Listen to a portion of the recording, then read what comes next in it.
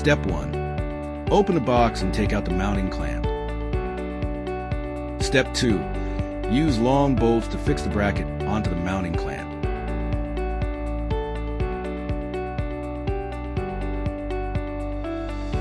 Follow the instructions in the video to install it on the side of the vehicle.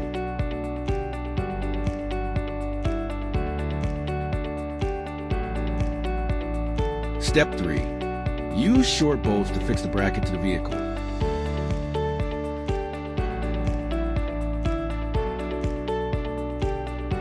Then tighten all the bolts.